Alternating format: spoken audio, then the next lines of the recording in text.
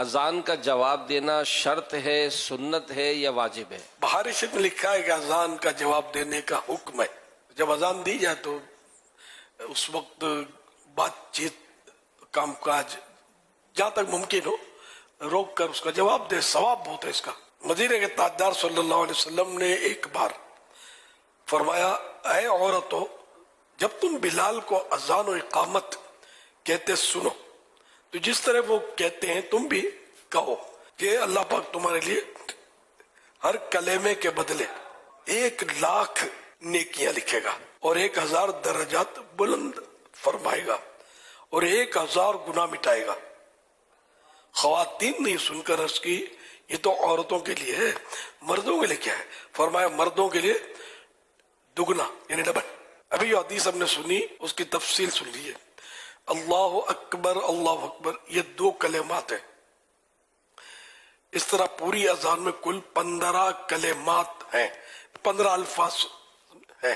اگر کوئی اسلامی بہن ایک اذان کا جواب دے، یعنی مؤذن صاحب جو کہتے جائیں اسلامی بہن بھی دہراتی جائے، تو اس کو 15,00,000 نیکیاں ملیں گی، 15,000 درجات بلند ہوں گے. 15,000 درجات گریڈز، 15,000 میں 15,000 گریڈز اپ ہوں گے.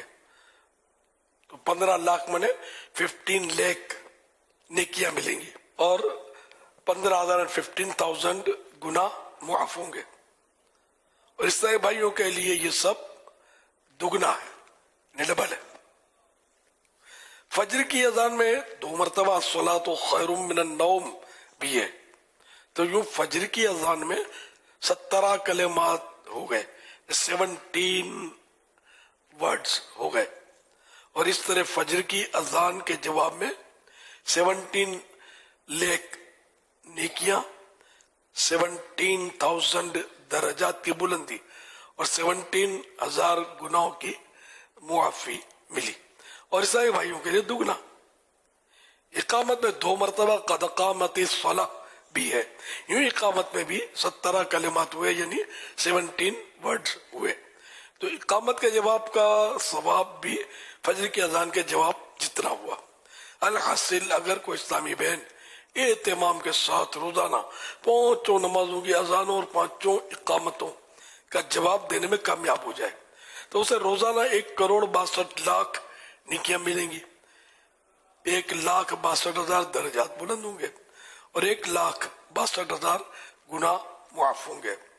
اور اسلامی بھائی کو دگنا یعنی 3,24,00,000 نیکیاں ملیں گی، 3,24,000 درجات بلند ہوں گے اور 3,24,000 گناہ معاف ہوں گے. تو یوں بہت ساری نیکیاں اذان میں لوگ مصروف ہوتے ہیں، بات چیت کر رہے ہوتے ہیں، جو کر رہا ہے وہ کر رہے ہوتے ہیں، جاری ہوتا ہے.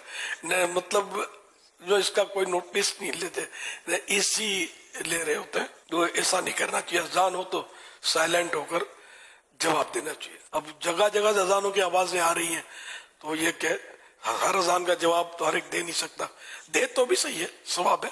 نہ بھی دے تو ایک اذان کا جواب دے دیا تو وہ کافی. اب اپنے بات چیت کاروبار میں لگ گیا تو کوئی حرج بھی نہیں ہے. تو یہ تحریک کیسے چلے؟ یہ بالکل تحریک ہو جائے، بالکل مومنٹ چل جائے کہ نہیں یار بس یہ اذان کا جواب دینا ہے، بس اذان کا جواب دینا ہے. مارکیٹوں میں بھی ادھر یہاں وہاں اذان کی آواز آتی ہے تو کوئی نوٹس کرتا نہیں ہے جنرلی. تو مسجد میں بھی نہیں کرتے. گھر میں اسلامی بہنیں کچن میں ہیں، کام کر رہی ہیں، پکا رہی ہیں، موبائل پہ باتیں کر رہی ہیں، اذان کی آواز آ بھی رہی ہوتی ہے، نہ ان کا پکانا بند ہوتا ہے. میں نہیں کہتا بھائی مطلب کہ سالن جلنے دے یا دودھ ابلنے دے، بھلے باہر نکل آئے، لیکن اگر ان کا مائنڈ بنا ہوا ہوگا کہ یار ہمیں اذان کا جواب دینا ہے اور یہ اتنی کروڑ نیکیاں، یہ لاکھوں درجات کی بلندی اور گناہوں کی مغفرت اور یہ بخشش کی جو باتیں ہو رہی ہیں، تو یہ تو روزانہ کی بنیاد پر. تو یہ پوری میں خود یہ بھی جیسے آج کوئی ایسی تحریک چلے، ہماری اسلامی بہنیں تحریک چلائیں، ہمارے اسلامی بھائی تحریک چلائیں کہ اذان کا جواب دو، اذان کا جواب دو. تو اگر یہ ہم خاموش ہو جائیں گے اور ایک بھی میں نے دیکھا ہے کہ اذان کا جواب دینا شروع کر دیتا ہے، وہ ہو تھوڑا مین، بعض اوقات جو صدر مجلس ہوتے ہیں نا، جو مین اسلامی بھائی ہوتے ہیں یا کوئی مین فرد ہوتے ہیں، اگر وہ خاموش ہو جاتے ہیں نا تو میں نے دیکھا ہے کہ عام ساتھ بیٹھے ہوئے بھی خاموش ہو جاتے ہیں. وہ تھوڑا سا اشارہ کرتے اذان کا جواب دے دیتے ہیں. تو یہ ماشاءاللہ دیتے ہیں اسلامی بھائی، اگر مل جل کے کریں تو. جیسے ہمارے حلقہ نگران بنے ہوئے، اب ماشاءاللہ یہ پتہ نہیں کتنے 100 یا سینکڑوں ان کے ماتحت ہوں گے.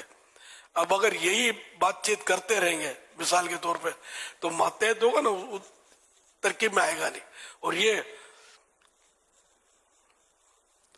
سارے سائلنٹ زون میں چلے جائیں گے، یار اذان جواب دینا اپنے کو.